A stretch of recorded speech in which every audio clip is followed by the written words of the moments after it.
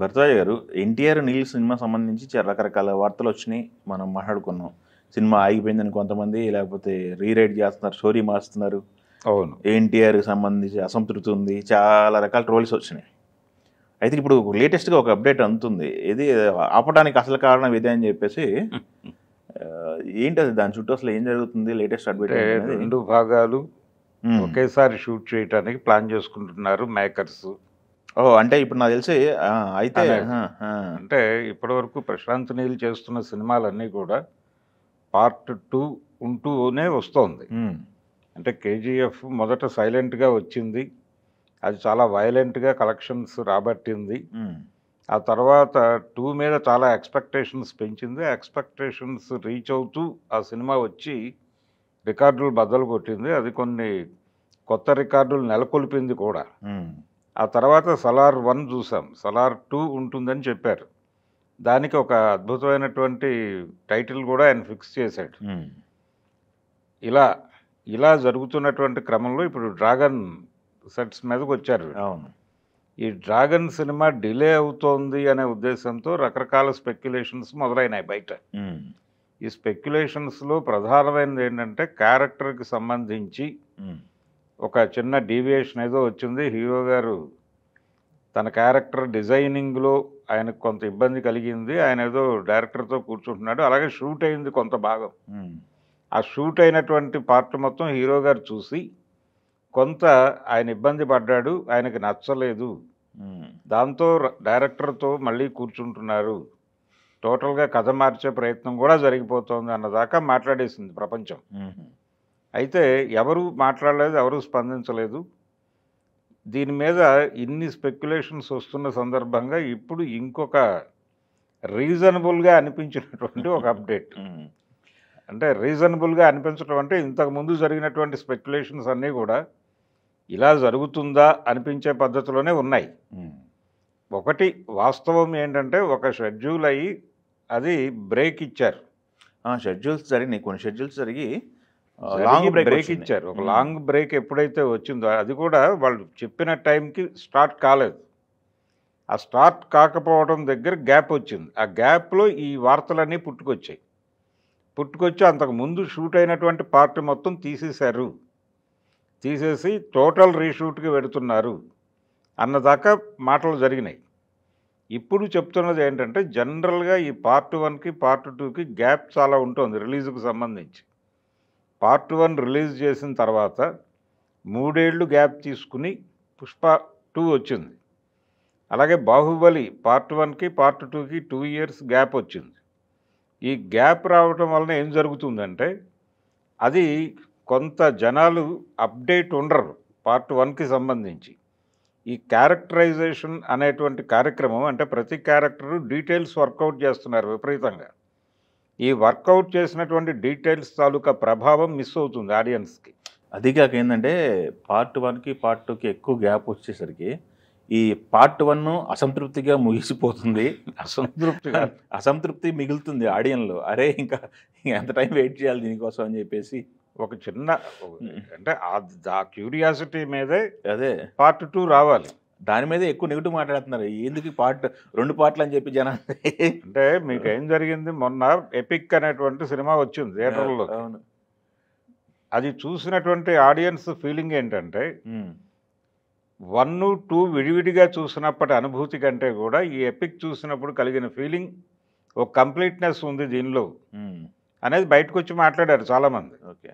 ఎందుకు మాట్లాడారు అంటే వాళ్ళకి క్యారెక్టర్లు కొత్తగా అర్థమైనాయి. ఇప్పుడు ఇంతకు ముందున్న క్యారెక్టర్లే, ఇంతకు ముందున్న కథే, ఒక్క సీన్ కూడా వాళ్ళు అదనంగా జోడించింది లేదు, అందులో తీసేసినవే ఎక్కువ.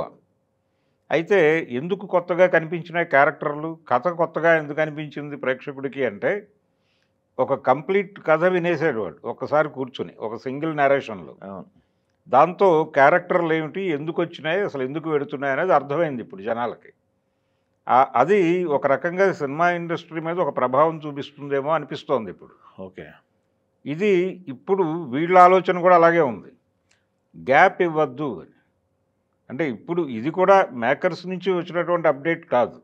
అదేలేదు, సింగిల్ పార్ట్ అనుకున్నారు కానీ 2 పార్ట్లకు వస్తాయని ఎవరికి తెలియదు. 2 పార్ట్లు అనేది వస్తోంది అనే వచ్చే అవకాశం ఉందనే మాట అయితే ఉంది మొదటి నుంచి.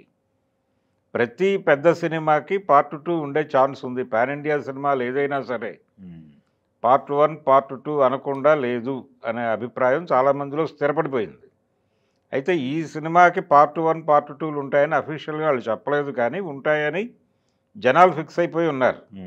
ఈ ఫిక్స్ అయిపోయినటువంటి టైంలో ఇప్పుడు బయటకు వచ్చినటువంటి వార్త ఏమిటి? ఈ 2 భాగాలు సైమల్టేనియస్గా షూట్ అవుతున్నాయి అని. షూట్ జరుపుకొని పార్ట్ 1 రిలీజ్కి పార్ట్ 2 రిలీజ్కి గ్యాప్ ఇవ్వకుండా తక్కువ గ్యాప్లో పార్ట్ 2 కూడా రిలీజ్ చేయాలి. కాబట్టి అన్ని కార్యక్రమాలు ఒకేసారి జరుగుతాయి. 2 భాగాలు ఒకేసారి తయారైపోతాయి, ఎడిటింగ్ దగ్గరికి వెళ్ళిపోతాయి. వెళ్ళిపోయిన తర్వాత దీన్ని తయారు చేసి రిలీజ్ చేసి మ్యాక్సిమం 2 to 6 months గ్యాప్ పెట్టుకుని పార్ట్ 2 కూడా వదిలేస్తే ఈ మూడ్లో ఉంటారు జనాలు. ఈ మూడ్లో ఉన్న జనాలకి పార్ట్ 2 చూసినప్పుడు ఒక కంప్లీట్నెస్ వస్తుంది. ఈ కంప్లీట్నెస్ అనేది ఆడియన్లో క్రియేట్ చేయడం ద్వారా వచ్చేటువంటి రిజల్ట్ బాగుంటుంది. దాన్ని ఊహించి దాన్ని అంచనా కట్టి ఇప్పుడు 2 భాగాలు షూట్ చేయడం కోసం ప్లాన్ మార్చుకోవటం వలన డిలే జరుగుతోంది అనేది ఇప్పుడు బయటకు వచ్చినటువంటి అప్డేటు. దీనిలో కొంత బిలీవబిలిటీ ఉంది, ఒక లాజిక్ ఉంది. ఆ లాజిక్ని కనెక్ట్ చేసేటువంటి ఒక సందర్భం మనకు జరిగి ఉంది ఇక్కడ.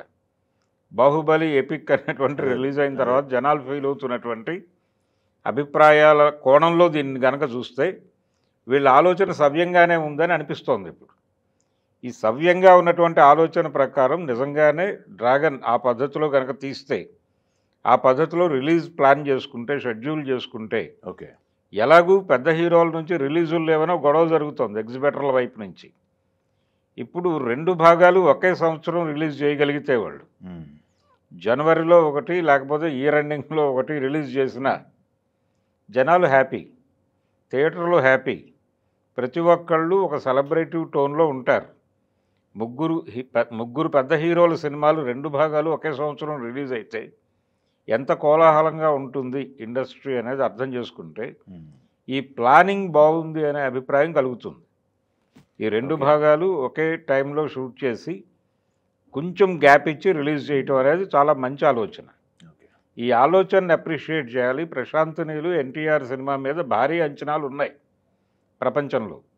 ఆ అంచనాల మేరకు గనక సినిమా ఉంటే డెఫినెట్గా ఇది ఎక్కడికో రీచ్ అయిపోయే అవకాశం ఉంది. వసూళ్ల విషయంలో ఒక అసంతృప్తి ఉంది ఎన్టీఆర్కి, పర్సనల్గానూ ఉంది, అభిమానుల్లోనూ ఉంది. అది అంటే బాక్స్ ఆఫీసు రికార్డులు వీటికంటే కూడా 1000 crore క్రాస్ చేయాలి అనేటువంటి ఒక ప్రోగ్రాం ప్రతి ఒక్కళ్ళకి ఫిక్స్ అయిపోతుంది. ఆ లెవెల్లో సినిమా కనెక్ట్ కావాలి అని కనుక అనుకుంటే దాని మీద పెట్టాల్సినటువంటి శ్రద్ధ పెట్టాలి.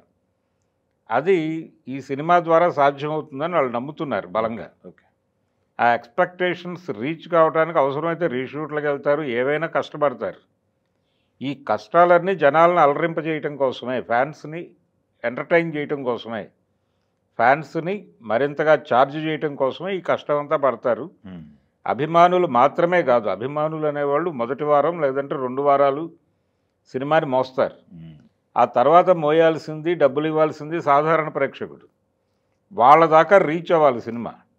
ఆ రీచ్ అవ్వడానికి ఏం చేయాలనేది ప్రతి ఒక్కళ్ళు, ఇప్పుడు బయటకు వచ్చిన ప్రతి వార్త కూడా నిజమే అయ్యి ఉండొచ్చు. మనం ఇంతకుముందు షూట్ చేసినటువంటి సీన్ ఇంకొంచెం డెప్త్తో వెళ్తే బాగుంటుంది అని హీరో ఫీల్ అయి ఉండొచ్చు. ఆ మాట ఆయనతో చెప్తే ఆయన కన్విన్స్ అయి ఉండొచ్చు. మళ్ళీ వెళ్ళొచ్చు. ఏం కష్టపడ్డా, ఎంత కష్టపడ్డా 2 భాగాలు ఒకేసారి షూట్ చేసి పెట్టుకుంటే కంప్లీట్గా ఇప్పుడు కొత్తగా వచ్చినటువంటి స్పెక్యులేషన్ ప్రకారం చేసి పెట్టుకుని పార్ట్ 1 రిలీజ్ చేసి తక్కువ గ్యాప్లో ఒక 6 నెలల గ్యాప్లో మళ్ళీ అది కూడా రిలీజ్ చేసేస్తే జనాలు కనెక్ట్ అయిపోయి దాంతోపాటు ట్రావెల్ అవుతారు. ఆ ట్రావెల్ అయినటువంటి దాని ప్రభావం చాలా ఎక్కువ ఉంటుంది. అది బాక్స్ ఆఫీస్ దగ్గర చాలా స్పష్టంగా కనిపిస్తుంది. అలాగే బయ్యర్స్కి కూడా టోటల్ సినిమా మీద ఒక ప్రాఫిట్ కనిపిస్తుంది. ఇన్ని సౌలభ్యాలు ఉన్నాయి. ఈ కొత్తగా ఇప్పుడు వచ్చినటువంటి అప్డేట్ నిజమైతే ఇది నిజం కావాలని కోరుకుందాం.